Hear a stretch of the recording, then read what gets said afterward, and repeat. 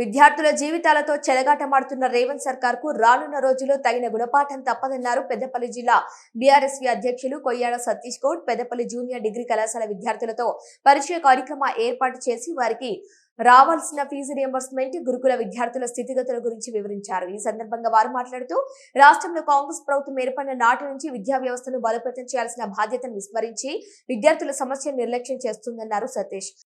ఎన్నికల సమయంలో విద్యార్థులకు, నిరుద్యోగ యువతకు ఇచ్చిన హామీలైన విద్యా భరోసా కార్డు, విద్యార్థినీలకు స్కూటీలు, ఉద్యోగాల కల్పన వంటి అంశాలు ఇప్పటికీ అమలుకు నోచుకోకపోవటం విచారకరమన్నారు. హామీలు ఇచ్చి అధికారంలోకి వచ్చాక వాటిని మర్చిపోవటం విద్యార్థులను మోసం చేయటమే అన్నారు.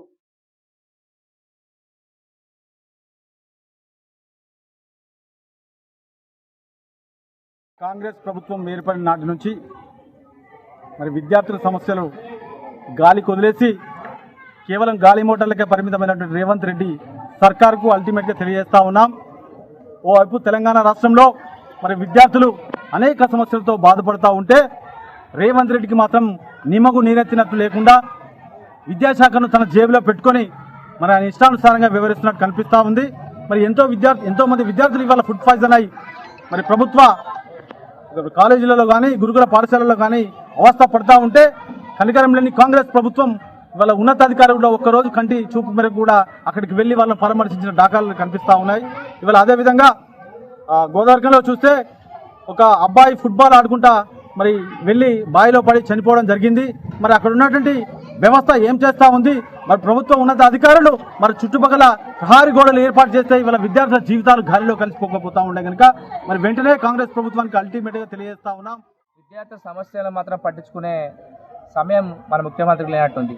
ఒకవైపు ఫీ రియంబర్స్మెంట్ అయితేంది, ఇక్కడ పిల్లలకు స్కాలర్షిప్లు అయితేంది, ఇలా అనేక విద్యార్థుల సమస్యలు ఉన్నా కూడా విద్యాశాఖ మంత్రి మాత్రం మేము గొప్పగా చేస్తున్నాము అనే ముఖ్యమంత్రి గారు మాత్రం గొప్పగా చేస్తారనే మాటల ముచ్చట్లు మాత్రం కోటలు దాటుతున్నాయి. ఇప్పటికైనా గురుకులాల్లో ఏదైతే ఫుడ్ పాయిజన్ కానీ ఇలా అనేక సమస్యలపైన వెంటనే రివ్యూ చేసి విద్యార్థులు గొప్పగా వాళ్ళకు ఏదైతే ఇబ్బందులు ఉన్నాయో ఆ ఇబ్బందులను కూడా వెంటనే పరిష్కరించాలని ఇలా విద్యార్థులతోని ఇలా పరిచయ కార్యక్రమాన్ని బీఆర్ఎస్వి ఆధ్వర్యంలో చేయడం జరిగింది. పెద్దపల్లి పట్టణంలో అదేవిధంగా గవర్నమెంట్ జూనియర్ కాలేజ్ కావచ్చు, డిగ్రీ జూనియర్ కాలేజ్ కావచ్చు, అన్ని డిగ్రీ జూనియర్ కాలేజీల యొక్క విద్యార్థుల పరిచయ కార్యక్రమం బీఆర్ఎస్వి పరిచయ కార్యక్రమం తీసుకొని ముందుకు పోతుంది. అదేవిధంగా వారి సమస్యలను కానీ ఎటువంటి పోరాటం సిద్ధమని బీఆర్ఎస్వి తెలియజేస్తుందని తెలియజేస్తున్నాం.